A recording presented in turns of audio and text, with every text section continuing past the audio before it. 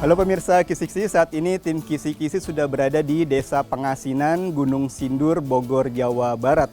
Dan untuk episode Kisi-Kisi kali ini kita akan berkunjung ke rumah produksi Raffi Dimsum yang dimiliki oleh Pak Adang. Kira-kira seperti apa liputannya? Daripada penasaran, mari ikut saya. Assalamualaikum. Waalaikumsalam. Pak Adang, apa kabar? Ya, alhamdulillah baik. Alhamdulillah. Nah pemirsa Kisi-Kisi, sekarang saya sudah berada di depan rumah produksi Raffi Dimsum. Dan tentunya sudah ditemani oleh ownernya ya, yaitu Ya. Pak Adang. Pak Adang, kalau boleh tahu background ini apa nih? Chef kah atau apa sehingga terbentuk dari Raffi Dimsum ini seperti apa? Background sih bukan dari chef ya. Bukan ya? Kita malah dari perbankan. Oh, oke. Cuma karena itu waktu itu ada kesempatan buat produksi dimsum, jadi kita ambil. Apa yang memicu Pak Adang memutuskan untuk membuat usaha dimsum ini seperti apa? Kan dari karyawan ya, backgroundnya itu seperti apa, pemirsa mau tahu nih Pak Adang. Iya, dari itu sih karena emang potensinya besar banget ya untuk dimsum itu. Karena emang lagi rame juga, lagi booming juga di 2019. Jadi sambil bekerja, paralel sambil mulai usaha sampai sekarang. Oh, jadi usaha ini terbentuk ketika masih menjadi Masih bekerja, karyawan, ya, betul, paralel masih gitu bekerja, ya. betul. Ketika mungkin udah mulai terlihat oke nih, baru Resign. Cara Kayak seperti gitu. itu ya. Betul. Terbentuk berarti tadi tahun 2018. 2018. Dan di sini juga diinformasikan varian dari dimsum itu beraneka ragam ya. Iya, lumayan. Ada apa aja nih, Pak Adang? Kalau untuk dimsum toppingnya tuh ada crab stick, ada udang, ada wortel, ada jamur, terus nanti juga ada bentukan lain, ada dumpling, ada ekado, ada kekian, ada gyoza, ada hakau, jadi macam-macam bentuknya. Tapi Pak Adang, kata pemirsa kurang puas nih kalau dilihat dari tulisannya. Kita mau lihat produk boleh. secara langsung seperti apa. Boleh. Kita ajak pemirsa ya. Boleh, Di sebelah mana silakan. Pak Adang? Di dalam sini lagi Ayo produksi pemirsa ya. kebetulan. Ayo Boleh. Pak. Ya, silakan. Iya, ayo. Oke pemirsa, ini adalah produk dari Raffi Dimsum ya? Iya, betul. Nah ini yang sudah siap saji. Iya. Ini varian apa nih Pak? Coba. Kalau ini namanya varian topping ya. Sini ada banyak toppingnya, ada crab stick, ada smoked beef, ada telur, ada wortel, ada jamur. Oke. Dan ini kayaknya versi jumbonya ya? Emang begini? Ukuran standarnya segini. Standar seperti ini. standar Nah kita. itu untuk standar yang Untuk display ya seperti ini. Kalau yang ini biasanya buat acara gubukan. acara bubukan. Apa namanya? Yang resepsi. Resepsi. Ya, Ini kapasitas berapa nih Pak? 150? 150 kurang lebih. 150 kurang lebih. Satu pack. Oke, dan ini kan yang produk Ini biasanya buat ready to eat ya. Langsung makan orang dagang. Oke, langsung makan di tempat. Makan di tempat, Makan ya. di tempat. Ini kan yang siap saji ya. Siap sudah saji, betul. Siap dikonsumsi. Nah untuk produk mungkin apa ya? Frozennya itu seperti apa? Frozennya ada di sini. Oh, oke. Bentuknya seperti ini. Ini banyak sih. Ya. Boleh diambil ini Pak. Boleh. Ini kan ada beda ya ini. Ya.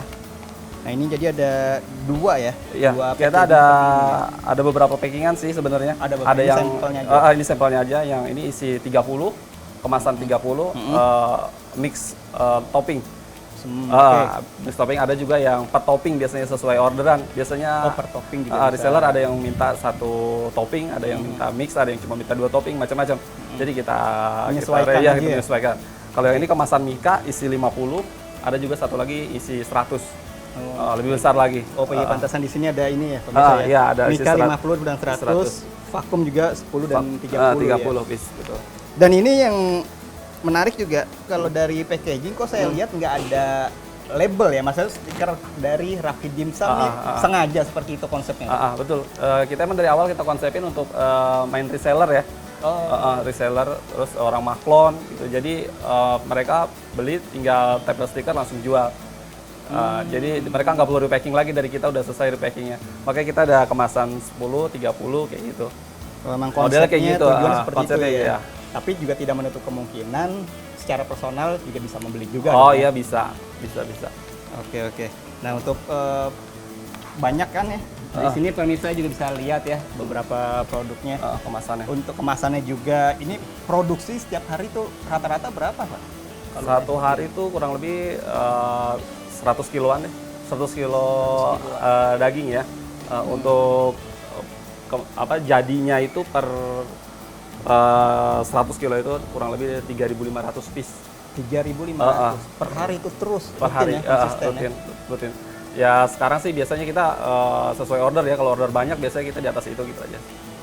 Mendekati puasa ini kan biasanya minatnya lebih Iya, permintaan biasanya lumayan juga tapi ya. lumayan Banyak lah ya. lumayan Nah, untuk alhamdulillah. menghasilkan kapasitas yang mungkin dibilang banyak juga ya, itu berapa tim yang terlibat di produksinya? Tim yang terlibat sih biasanya kalau untuk ukuran 100 kilo kita cuma ada paling yang bikin ini sekitar 3-4 orang. Nanti ada lagi yang giling daging segala macam. Oke.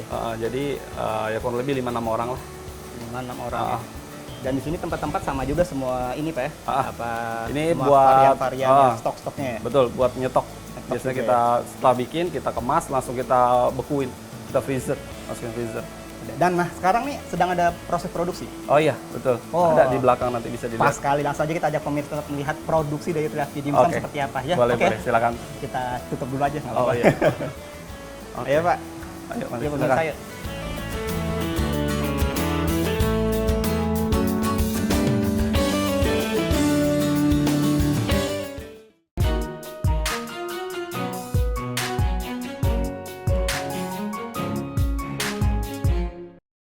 Nah pemirsa, sekarang kita sudah berada di dapur produksi dari Raffi Dimsum ya. Ya, betul. Dan ini teman-teman sedang proses pembuatannya. Nah, ini lagi pembuatan yang varian apa nih Pak? Ini untuk varian topping, dimsum topping. Ya. Jadi pembuatannya di sini nanti setelah selesai dicetak manual, nanti dikasih topping langsung di atasnya. Oh langsung sekaligus ini. Iya. Nah ini yang sedang dikerjakan teman-teman untuk topping apa? Untuk varian topping, Varian. toppingnya sih macam-macam. Jadi Mixnya semua. di mixnya sini. semuanya. Ya, khusus topping ini di sini, Iya. topping di sini. Oh, oke. Ini satu loyang berapa banyak rata-rata? satu loyang kurang lebih ada 60-an deh, 60-70. 60-70. Tergantung kerapetan mereka ini. Oke oke. Dan kemudian setelah teman-teman ya mengerjakan Iya. proses ini, pelipatan sampai kulit sebagainya ya. betul, Apa proses selanjutnya? Proses selanjutnya setelah dicetak, dikasih topping, langsung dikukus. Proses pengukusan steam. Oh, oke. Biasanya Nah, steamer. steamer, orang bilangnya. proses pengukusannya di sebelah sini pemirsa ya. Iya. Bisa dilihat ini memang konsepnya itu ditumpuk seperti ini ya. Iya, benar. Karena mungkin apa untuk mempercepat proses atau Iya, untuk proses dia kan apinya juga lumayan panas. Jadi kalau sedikit-sedikit sayang jadi sekalian. Oke, dan rata-rata setiap ini ada 1, 2, 3, 4, 5 ya? Maksimal 5, 5? ya, 5. Biasanya suka ada lagi sih, tapi belum selesai mungkin bikinnya. Oh, berarti lumayan untuk mempercepat juga. Kalau satu tadi kurang lebih berapa rata-rata? Kurang lebih 15 menit nih. 15 menit ya? Untuk tingkat kematangannya ya, 15 sampai 20 menit. Nanti selesai yang matang, di bawah diturun, langsung naikin lagi, sisanya gantian. Oh, ganti-gantian. Oke, oke. Nah, kemudian setelah selesai nih ya proses pengukusan, Iya. apalagi proses berikutnya? Ya setelah selesai dikukus, diangkat, didinginkan. Jadi dikasih angin, kipas, biar dia nanti nggak biasanya kan masih ada uapnya. Jadi uap itu kan bisa bikin dia basi nanti kan ya. Jadi biar dia dingin dulu, setelah dingin nanti setelah turun dari loyang disimpan di tempatnya. Nanti proses terakhir mereka selesai baru packing. Oke, ini saya juga mau menarik ini kan untuk proses pendinginan. Saya lihat di sana menggunakan Kipas. alat bantu kipas ya. Itu memang seperti itu nggak ada alat khusus atau seperti apa? Sejauh ini sih saya hanya mengandalkan alat kipas saja dan aman selama ini. Coba kita ke sana yuk, Pak. Kita boleh. lihat. Oke, dan ini adalah yang tadi sudah diinformasikan ya, proses betul. pendinginan yang menggunakan kipas ya. Kipas, ya.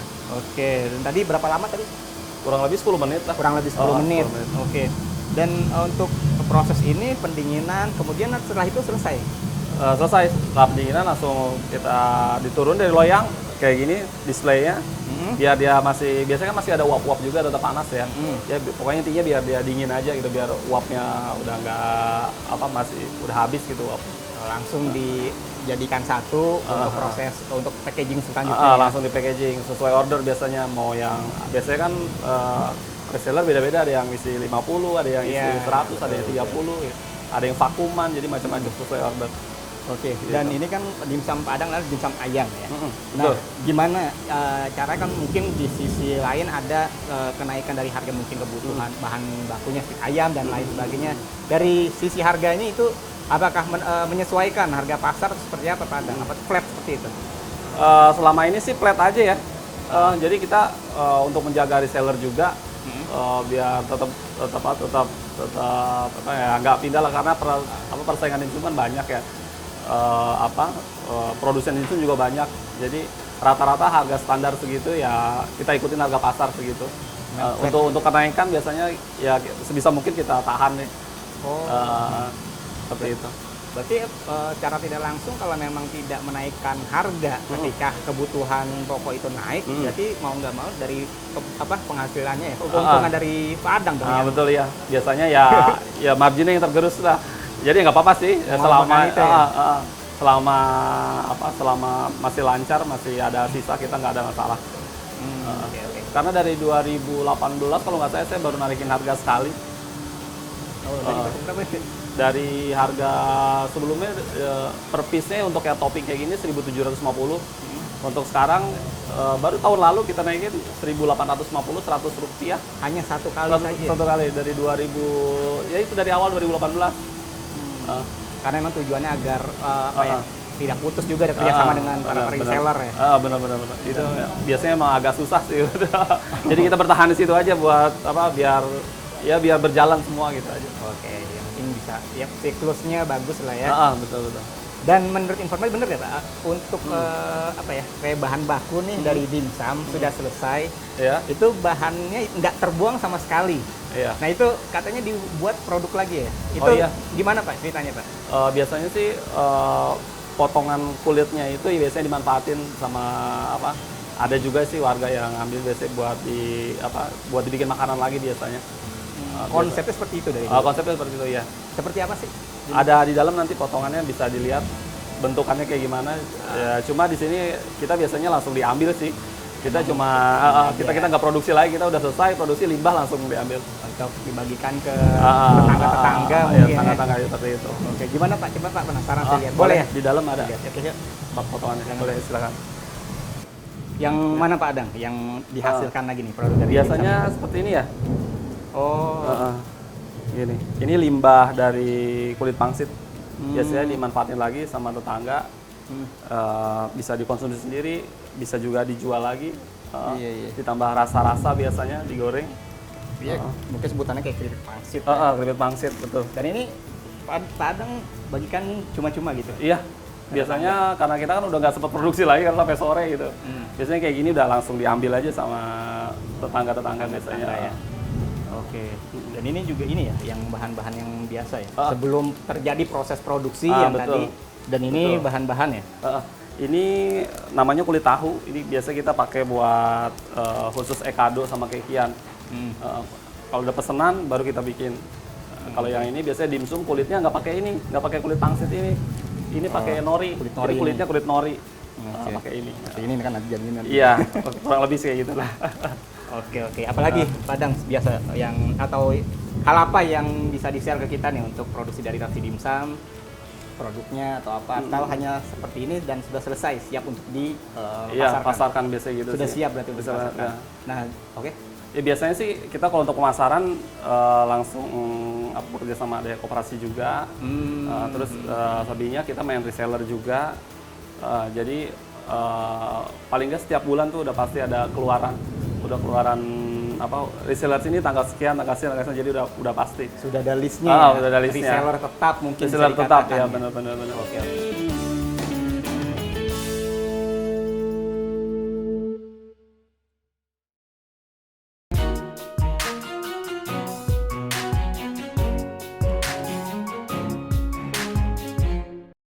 Oke, Padang. Nah untuk proses ya pemasaran atau kan tadi fokusnya ke reseller ya. Betul. Itu gimana caranya?